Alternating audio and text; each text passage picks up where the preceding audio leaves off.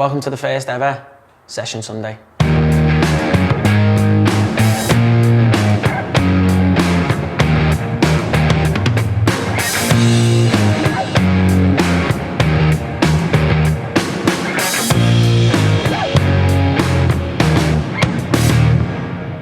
Hi guys, it's Jack Edwards, and today we will be focusing on how to turn possession into penetration. This session will be split into 3 parts, where we'll be looking at how you can tailor the session to focus on different aspects of the game. Before we start the session, we're just going to look at how we set up the session and how we can adapt it with different numbers. So obviously we have our 2 end zones that are both 8 yards deep, and then our 2 defensive zones are both 10 yards and our 2 attacking zones are both 12 yards. The reason the end zone is 8 yards is because later on in the session, when players receive the ball or dribble into the end zone, when we have transitions, it gives them space to be able to move the ball around in the end zone before going and attacking the other side. This session, when I done it myself, I had 16 players available. If you had less players available, you can try and create overloads in different areas of the pitch. So if you're focusing on your attackers, you can maybe take defenders out if you had 12 players on each side. So when they do get the ball into the attackers, it's a 4v2 situation. Or if you have 12 players, you can do 3v3, and you can make the pitch even smaller. In terms of the width, I had 25 yards width, making it tight in the middle so that players had to move the ball quickly and always had to be aware, because if the pitch is too wide, it becomes too easy. This session is suitable for a group between 12 and 16 players. If you have less than 12 players, you can adapt the session differently, taking out different zones and just making it more of a game scenario situation instead of having 3 or 4 different zones. So the setup of the session has 2 end zones, so no goalkeepers involved. Obviously, if you did have goalkeepers, you can tailor the session to use goalkeepers instead, but I've decided to design it with end zones so that we can get it out across to people who might not have goalkeepers for the session. We've got 4 different zones, as you can see. We've got 2 defensive zones and 2 attacking zones. In part 1, every player is locked in their zone, apart from the attackers, only when the ball gets played into them, and then the defenders will also be allowed to move freely to go and close the attackers down. So the setup, we'll start with the coach here or here, it doesn't really matter. The ball, he will play into either one of the 2 defensive sides.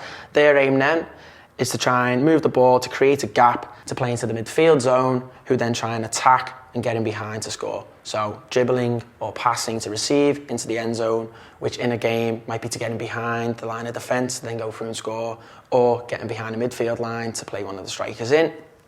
What we're looking for in terms of the attacking principles is when they're attacking, their defensive teammates receive the ball, they're getting their height, width and depth so that they can move freely. And when they're moving the ball across the back and the blue team is shuffling across, they can move up and down and they can constantly interchange so that when the ball, eventually there is a space to play through, they are set, so then when the 4 defenders do come in to close them down, they've got enough space to move, and then the space in behind for someone to make a run, which then enables somebody to drive with the ball or play in. When the ball does go into the end zone, we want a quick transition. So then if the red team score, I will then play into the blues. So it's up to the reds then to get into their 4, try and be compact and stop the blues then playing into the attacking 4 blues.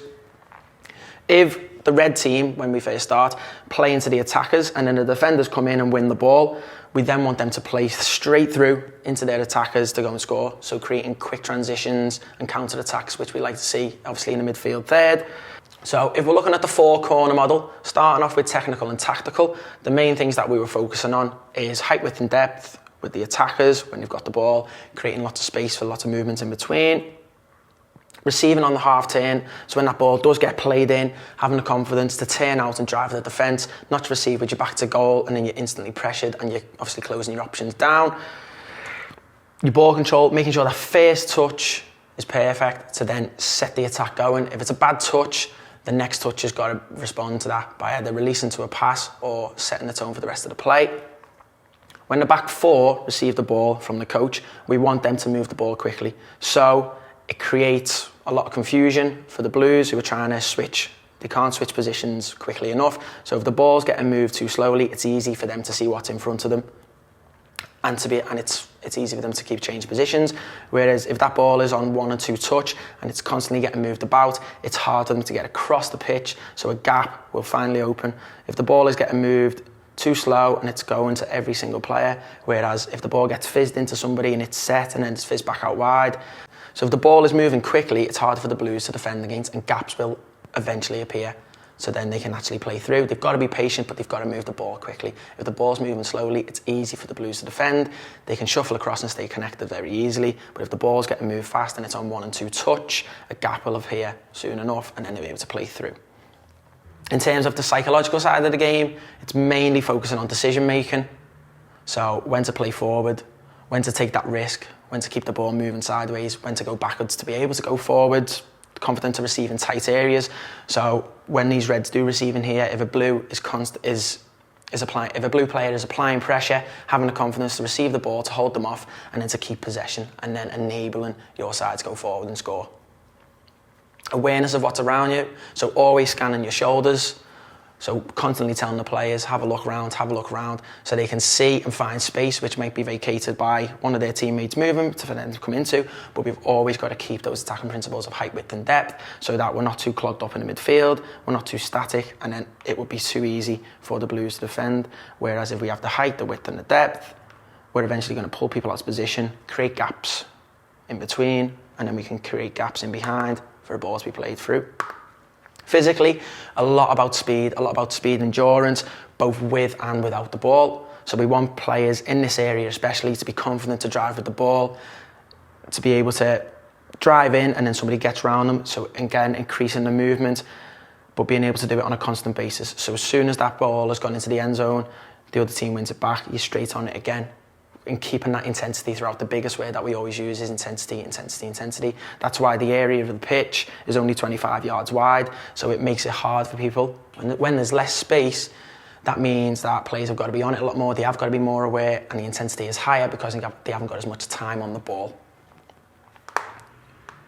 And then on the social corner, communication with teammates. So when the 4 Reds here in the defensive side, playing to midfield, giving that person who's receiving the ball communication, telling him time if he's got time, telling him to turn if he can turn and go forward. If he's got a defender pressing him, man on, play the ball back into the player in a deep position, and just giving constant instructions. It's not hard, but the earlier that it's given into players, the more they'll communicate on the pitch. And if it's in training all the time, constant, it'll become second nature to them. The more they repeat it, the more they will then do it in a game. So making sure that the players, not the coach all the time, is giving their teammates instructions. The coach is talking in a different way, but the players should be giving instructions to their teammates.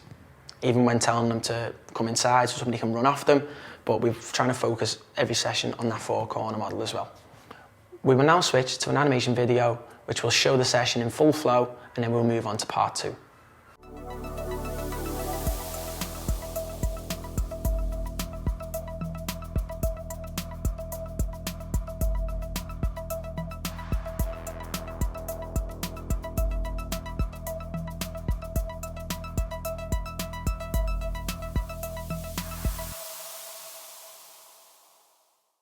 Now moving on to part 2, we've now just split the pitch into 2 halves. We've took out the zones which the defenders and the attackers were split off in, meaning in each half you've got a 4v4 situation. It's the same thing again, the coach will play into one side of the defense, so it's still a defending side of the game. They will try and pass the ball around to then play through, but now with having that added pressure from the team who can actually press them and win the ball, not just shadowing and staying connected and staying compact and shuffling across the pitch, they can now go and press to win the ball back. And if they do win the ball back in the half, they can go and score quickly. So you're getting your reward for pressing, but it's also, that's where a lot of communication has got to come in. If one presses, all the team have got to press, all the 4 have got to press.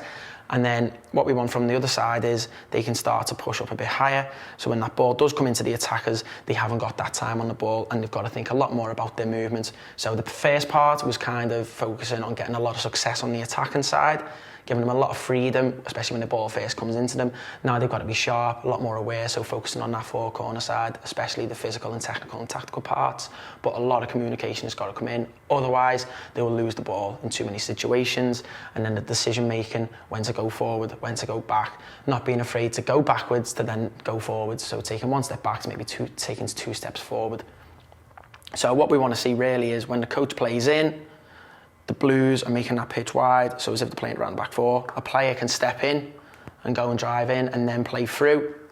But if they move that ball nice and quickly, it then gives the Reds the option to, do we either go and press or do we sit in our four and make them break us down? Because we want them to play through, not over, because the gap in that area of the pitch, you wouldn't be wanting to play balls over the top because you're going into an area where players are going to be pressured. So we want it to feet so that they can turn quickly, not having to bring the ball down on the chest or flicking on with the head, as it makes it very inconsistent. Once they do play through, then obviously it's the same thing again. We're looking to get a goal into the end zone. Obviously, if you had the goalkeeper, then you could have a 1v1 situation when that ball comes through. And then if they do score in the end zone, we will play straight into the Reds. So there's a lot more space then for the defenders to drive into. They're not just locked into their zone. And then the same again, if the defenders do intercept it, then we want it straight in. And then how do the teams react? So if you lose the ball, can you go and win it back before they play in to their attackers? So if the red team receive the ball in here and the Blues win it back, can they win it back before they try and score? And then can you play in, causing lots of transitions and counter-attacks, which is also what we want to see. We will now switch into another animation video before moving on to part 3, which is the final part of our session this week.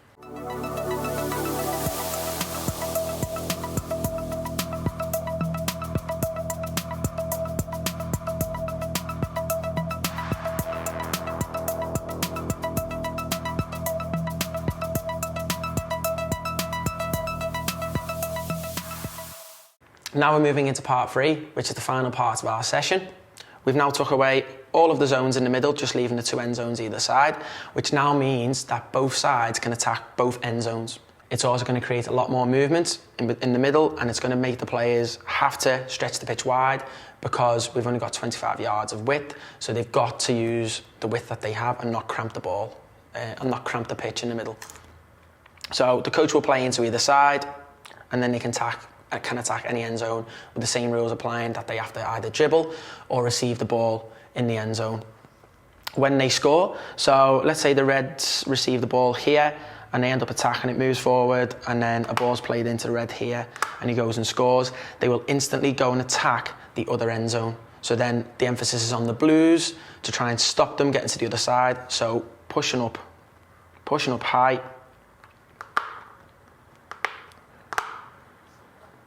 making it hard for the Reds to get out, because then their reward is, if they win the ball back in here, we want them to go and attack the closest goal. So when they've won the ball back, they've transitioned quickly, penetrated forward and scored a goal, or got the ball into the final third. If the Blues or the Reds win the ball back in the middle of the pitch, we want them to secure possession first before then going to penetrate. Because if the first thought when they win the ball back in this area, which will be the most condensed area of the pitch, if they're just looking to score straight away without securing the ball, there will be a lot more transitions in here, which we don't want. We want them to secure the ball, then let players move, stretch the pitch, get the height, width and depth, and then look to score. And then the transitions will come once they've got the Blues or the Reds, whoever is in possession, out of position, to then get balls into midfield where they will have created space. Whereas when they first receive the ball, it's condensed in there. There'll be a lot of players. If they can get the ball out, then they can go and score. Again, the intensity, we want it to be high. That's why the pitch isn't very wide, because it creates a lot more transitions. They've got to be sharp on the touch. There's got to be a lot of speed. There's got to be a lot of communication. There's got to be a lot of decision making. Whereas if the pitch was another 10 to 15 yards wider, they'd have a lot of space on the ball. The speed of the game wouldn't be as high. The tempo would be low, and it would also be a bit too easy to play through, which is not what we want. And it'd be too difficult for the defenders to defend it in the area and get up the pitch. They'd be leaving too many gaps.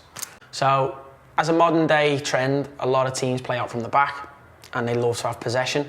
So the teams like Manchester City, Barcelona, Bayern Munich, and now Liverpool as well, they like to build and then penetrate once they get into the midfield third, with runners in behind, people coming in short to receive, to then create space for people to run in behind.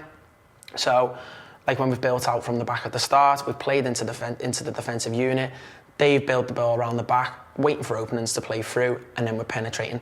And then on the flip side of that, teams like Liverpool, teams like Borussia Dortmund, who like to press the ball, focusing on the high press, supporting players, sensing danger, and then getting a reward when you win the ball back 15 yards from goal, then you can penetrate in behind. Now we will switch to our final animation before concluding today's session.